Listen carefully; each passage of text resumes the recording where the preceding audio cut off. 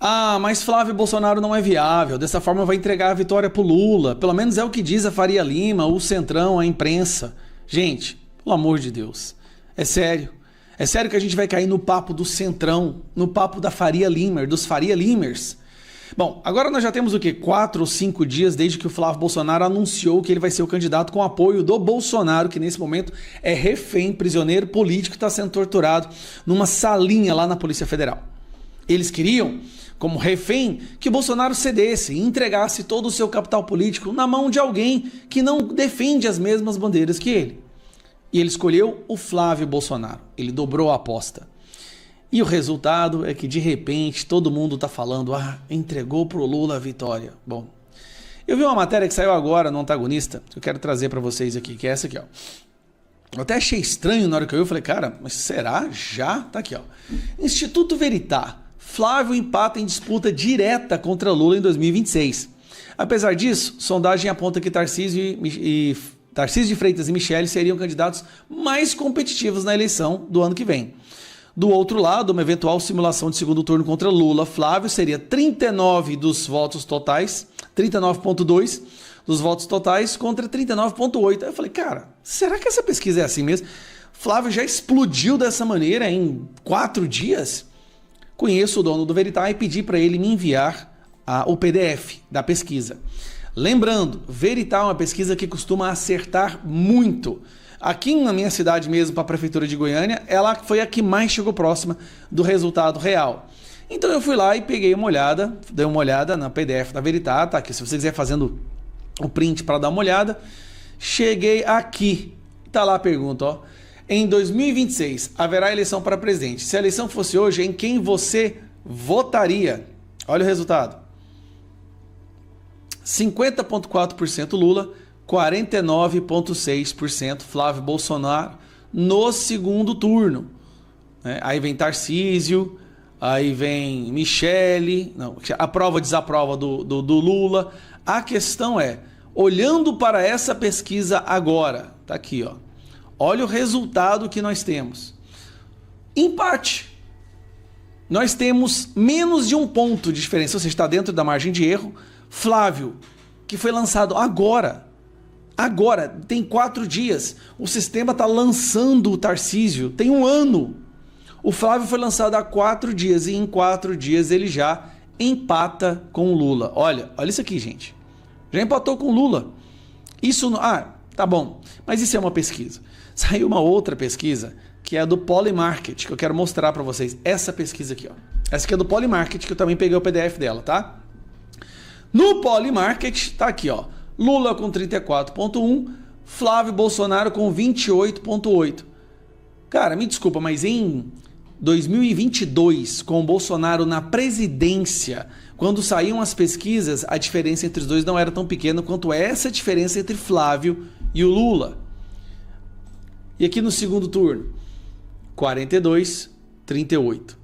Nós temos aí, nós temos 3 pontos, né? 3 pontos alguma coisa de diferença, 3,9 de diferença entre os dois. Só que tem uma diferença. Lula está na presidência com a máquina, o Flávio foi lançado às 72 horas, a menos de 100 horas. Nós não só temos chance, como eu acredito que nós vamos vencer. Toda a direita vai se unir. Ano que vem nós vamos ter um processo de destruição econômica, de depredação do Estado. O centro não vai ter outra opção a não ser se juntar com o candidato que estiver em primeiro lugar. Indo para o segundo turno, eles não vão ter outra opção. Eles vão ter que nos apoiar. Nós vamos ter um Brasil, uma mobilização como nunca jamais foi vista antes. Sinceramente, eu sei que muita gente queria o Tarcísio, porque o Tarcísio era o menos arriscado. Mas uma decisão foi tomada. Pegou o lado mais arriscado, mas é o lado que não tem o apoio do Centrão, da Faria Lima, mas é aquele lado que é 100% a continuidade do que o Bolsonaro fez. Você entende isso? A grandiosidade. Ter Bolsonaro na urna eletrônica, você ir lá e digitar 22 e aparecer Bolsonaro para você votar. Nesse momento em que o mundo, não é só o Brasil, está vendo a perseguição contra o Jair Messias Bolsonaro, a injustiça que foi feita contra ele, nós teremos de novo um presidente Bolsonaro. Eu vou te falar, no começo eu até fiquei meio preocupado, vendo as pesquisas agora, vendo a forma que as redes sociais E outro detalhe, né, que rapidamente eu quero falar. A forma como as redes sociais explodiram, cadê aqui, ó? Até salvei aqui, ó. A forma como as redes sociais explodiram absurdamente depois que o Flávio foi colocado como candidato. Olha só. Caralho, aí. Flávio absorve capital digital de Bolsonaro no WhatsApp. E aí tem uma métrica aqui que mostra o tanto que o Flávio Amarelo, aqui, o tanto que o Flávio cresceu nos últimos dias. Isso aqui, cara, mostra que o pessoal a militância que antes era do Bolsonaro tá indo pro Flávio agora. Aqui, ó, o crescimento dele absurdo só nos grupos de WhatsApp. A militância está reativada. Isso que eles não conseguiram calcular essa equação. Nós tivemos a militância, nesse momento, ela foi reativada por completo. A militância está assim, agora nós temos um foco, vamos trabalhar. E eles não têm noção do que a militância digital, a militância de patriota é capaz de fazer no Brasil. E o senador Flávio Bolsonaro começou a semana tentando ampliar apoios para o seu nome na disputa presidencial do ano que vem. Em entrevista concedida à Record, o senador causou surpresa depois de dizer que teria um preço para desistir da candidatura. O meu preço é justiça. E não é só justiça comigo, é justiça com quase 60 milhões de brasileiros que foram sequestrados, estão dentro de um cativeiro nesse momento, junto com o presidente Jair Messias Bolsonaro. Então, óbvio que não tem volta. A minha pré-candidatura à presidência da República é muito consciente. Ela é para representar grande parte da população brasileira que não aceita mais essa quantidade enorme de desmandos. São pessoas, assim como o presidente Bolsonaro, que estão sem ver suas famílias, estão fora do país e que a única forma disso acontecer é se Bolsonaro estiver livre, nas urnas, caminhando junto com os seus netos, os filhos de Eduardo Bolsonaro, pelas ruas de todo o Brasil. Esse é o meu preço. O projeto da anistia. O senador também falou sobre o projeto que trata da anistia e também da elegibilidade do seu pai, Jair Bolsonaro. Além de anistia, você tem que ter o Bolsonaro nas urnas. O Brasil não é mais uma democracia plena, tá? A passos largos a caminho do que aconteceu em outros países autoritários, como na Venezuela, onde os opositores políticos do governo de plantão são tornados inelegíveis por atos antidemocráticos, são presos ou são assassinados. Então eu tenho que dar graças a Deus porque ainda tenho meu pai vivo, porque tem famílias dos perseguidos do Rio de Janeiro que nem isso tem mais. O seu ente querido já morreu, como é o caso do Clezão. E a gente não pode continuar de braços cruzados como se estivéssemos indo, um boi indo para um abatedouro sem poder fazer nada. Bom, Flávio também disse que o seu projeto de governo é voltado contra o PT e contra a corrupção. O nome Flávio Bolsonaro, como pré-candidato à presidência do Brasil, está colocado e não sai. Então agora é o momento de a gente ver quem vai querer se juntar a nós nesse projeto contra o PT, porque todos nós sabemos que o Brasil não aguenta mais 4 anos de governo do PT com tanta corrupção, com tanta incompetência, e a gente vai colocar na mesa, com muita transparência, com quem quiser caminhar junto conosco, projetos que vão na linha de endurecimento de lei penal, de redução da maioridade penal. Não dá mais para aceitar, Nolasco, menores de idade metendo arma na cabeça de mulher para roubar a bolsa dela no meio da rua, e se aquele menor não gostar da cara dessa moça, ele dá um tiro nela e vai embora para casa como se nada tivesse acontecido, com a certeza que ele não vai ser preso. Então vai ser um projeto muito simples. Piotr, começamos com você desde a última sexta-feira, quando houve aí esse anúncio de que Flávio Bolsonaro, é o pré-candidato pelo PL às eleições no ano que vem. Essa notícia repercutiu bastante, ele concedeu essa entrevista aí no fim de semana falando que para desistir da candidatura o preço seria justiça. Como é que a gente pode interpretar essa fala do senador Piotr? Bom, eu vou rapidamente por 2 caminhos. Primeiro, ele está defendendo pautas que são extremamente relevantes e que precisavam, digamos, de um pouco mais de foco. Não que não tenham tido no passado, mas a discussão acabou amainando. Por exemplo, a questão da anistia, a questão da recuperação dos direitos constitucionais, ou seja, dos valores constitucionais e, obviamente, todas as críticas ao atual governo do PT, que do ponto de vista econômico e institucional representa exatamente uma tragédia. Esse tipo de discurso atrai as pessoas a um debate que já deve começar logo. Nós estamos falando do ano pré-eleitoral, ele é um pré-candidato. Este é o lado de trazer essas pautas para o debate público e ganhar relevância no debate público. A outra é a viabilidade da candidatura dele. E isso depende de uma série de coisas. Vamos lá, que ele anunciou a candidatura na sexta-feira. 2 dias depois, ele fala tem um preço para eu desistir. Quem anuncia uma candidatura, e eu estou falando agora de viabilidade, ou seja, de apoio, em que obviamente você tem uma estrutura para ir adiante, para ir bem adiante, não fala em colocar um preço, mas ali, na minha opinião, tem uma estratégia. Ele coloca exatamente este assunto para aonde o apoio dele, acaso ele desista, aonde o apoio dele tem que ir e com que condições. Vai voltar a falar de anistia e, obviamente, o candidato que terá o apoio do representante hoje, do presidente Bolsonaro, que é assim exatamente como ele tem que ser entendido, tem que falar de anistia, tem que fazer uma defesa. Não vai, lamentavelmente, não há espaço hoje, não se vê mobilização política para isso ser aprovado. Tampouco ainda, a anistia talvez avance em algum aspecto. Mas imaginar que o presidente Bolsonaro vai ser libertado e uma vez fora da cadeia possa concorrer, nós estamos falando de uma série de coisas que precisaria acontecer. Com o atual Supremo, levando-se enquanto o ativismo do Supremo e o medo do Congresso do Supremo Tribunal Federal, é quase difícil imaginar essa situação. Agora, ele pontua exatamente quais são as coisas que, obviamente, vão depender do apoio do representante do presidente Bolsonaro, que mesmo na cadeia é, sim, o maior representante da direita no país, isso não há a menor dúvida. Mas isso já, para mim, já demonstra claramente que é, sim, uma pré-candidatura para discutir temas que ele julga que foram esquecidos ou que precisam de mais luz, para lá na frente anunciar apoio a um candidato de maior consenso com todos os partidos que, obviamente, vão apoiar essa candidatura anti-PT. Eu estou falando dos partidos da direita e também dos partidos do Centrão. Mas é uma sinalização. O que parecia na sexta-feira, de alguma forma, já se comprovou agora dessas últimas declarações dele. O que falamos na sexta-feira, política é o dia a dia, é que nem nuvem, a gente precisa acompanhar todos os movimentos e hoje, inclusive, vou dar um spoilerzinho que nós fizemos o nosso especial de fim de ano e tocamos, claro, nesse assunto na primeira rodada com o Alexandre de Moraes, olha isso, o Alexandre Garcia conosco.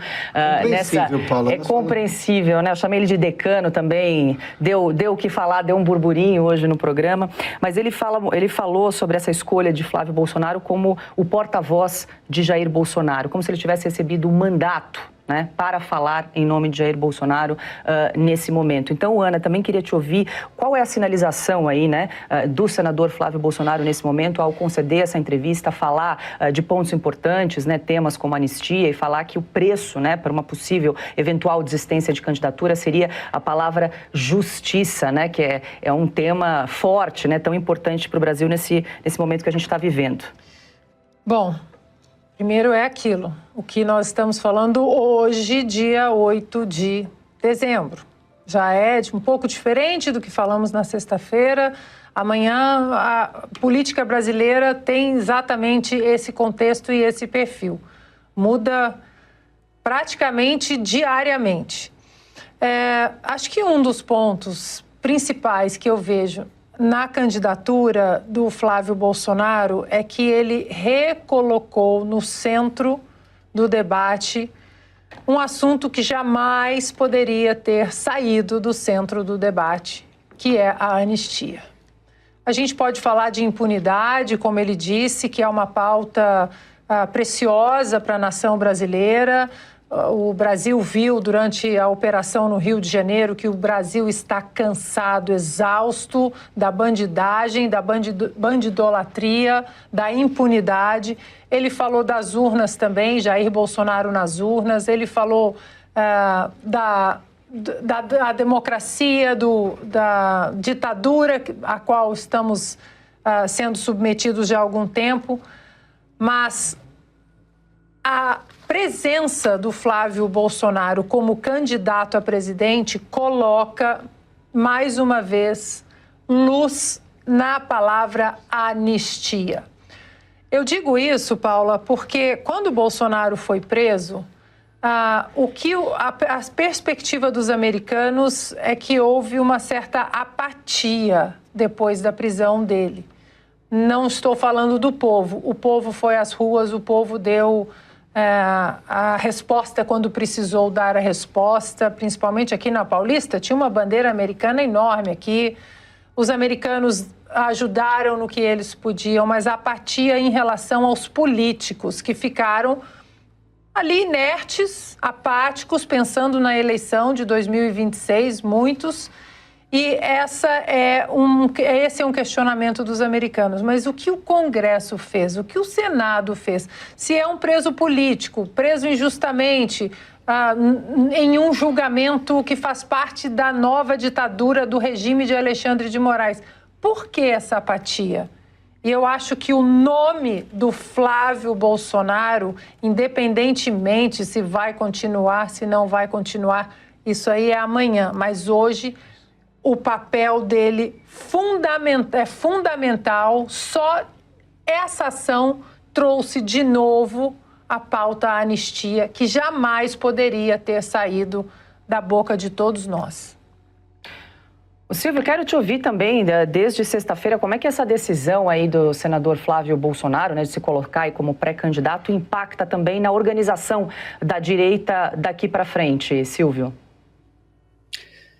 Olha, Paula, vamos lá. Eu vou tentar resumir aqui algo que tenho dito, falei hoje no Jornal da Oeste, primeira edição, falei ontem no 4x4, nas redes sociais, eu vou tentar condensar tudo. A candidatura do Flávio Bolsonaro é um lampejo de esperança para o Brasil. É um lampejo de esperança para a direita, para o brasileiro que compreende valores. Começa por aí. O Flávio Bolsonaro é um dos filhos de um homem que está trancafiado, sendo torturado por um crime impossível, numa cela minúscula da Polícia Federal e que em algum momento, soluçando, sem dormir, tentando sobreviver ali, ele pega a espada e passa para o filho e diz assim: continue a nossa luta. Vai lá, lute. Honre os nossos valores, os valores que nós defendemos até agora. Porque o povo brasileiro, a maioria do povo brasileiro, a maioria é conservadora. A maioria gostaria de votar em Jair Bolsonaro. Então, vote em um Bolsonaro. Já que o pai está preso, o Eduardo está exilado nos Estados Unidos, o Carlos vai buscar um cargo maior agora nas eleições do ano que vem. O nome é o do Flávio. Aliás, o Flávio, inclusive, se apresentou como alguém disposto a dialogar, a conversar.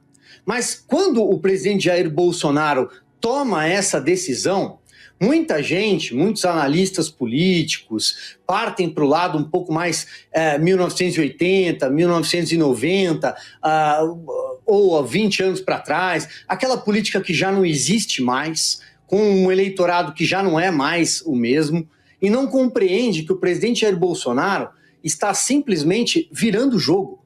É a direita quem vai dar as cartas. Quem tem voto, escolhe a banda.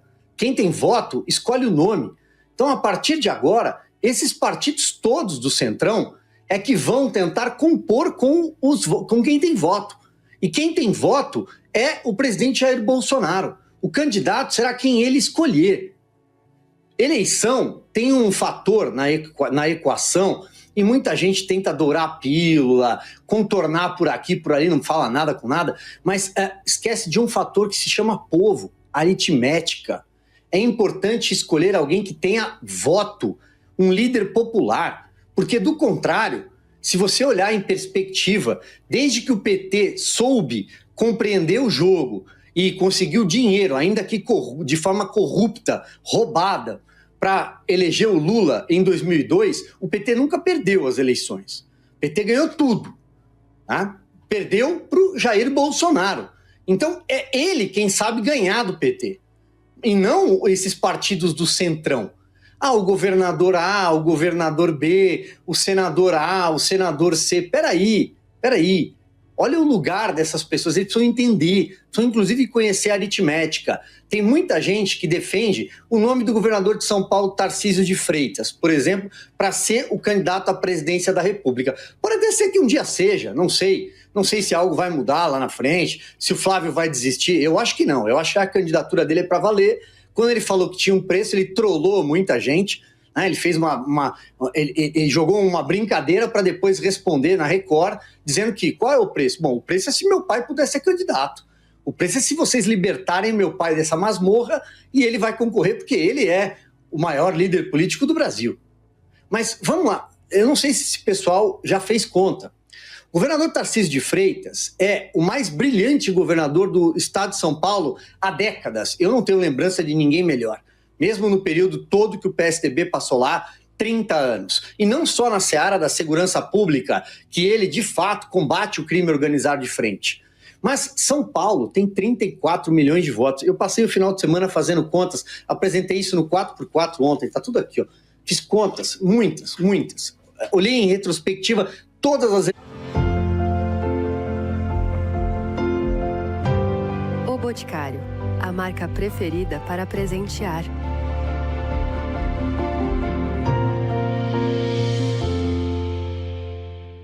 Tem 34 milhões de votos. E são 23% do eleitorado brasileiro. Vamos lá, vamos pegar aqui... Diga um estado aí que eu vou respondendo aqui. Minas Gerais, 16. Rio de Janeiro, 13,5. Bahia, 11, que é o maior colégio eleitoral do Nordeste. Agora, quando você olha em retrospectiva para as outras eleições, a única eleição em que o PSDB, à época antagonista do PT, escolhe o candidato mais adequado, que era o Aécio Neves, para concorrer com a Dilma, fragilizada, evidentemente, mas ela ganhou a eleição. Eles colocam 7 milhões de dianteira. 7 milhões de votos no estado de São Paulo. E aí, quase dá Aécio. Quase deu. Sabe Deus porque não conseguiu. Não vou entrar nessa seara também. Mas agora, na última eleição, se você pegar numericamente o que foi Lula e o que foi Jair Bolsonaro, você vai ver que mesmo com o Tarcísio, o presidente Bolsonaro não conseguiu fazer uma dianteira grande em São Paulo. E isso custou lá na frente.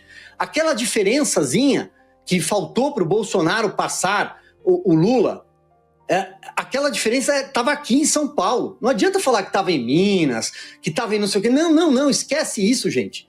1/4 praticamente do eleitorado brasileiro está aqui. É aqui que vai resolver. Se o Tarcísio for reeleito com mais de 60% dos votos e o PT não tem candidato, quem vai concorrer com o Tarcísio? O Haddad? O Geraldo Alckmin, o Boulos. Boulos não ganha nem em São Paulo. São Paulo tem quase 10 milhões de eleitores.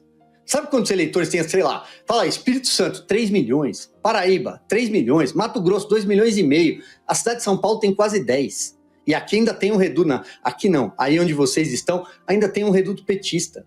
Tem que fazer conta. O Tarcísio, candidato à reeleição, é a melhor aposta e por isso o Flávio disse isso com todas as letras.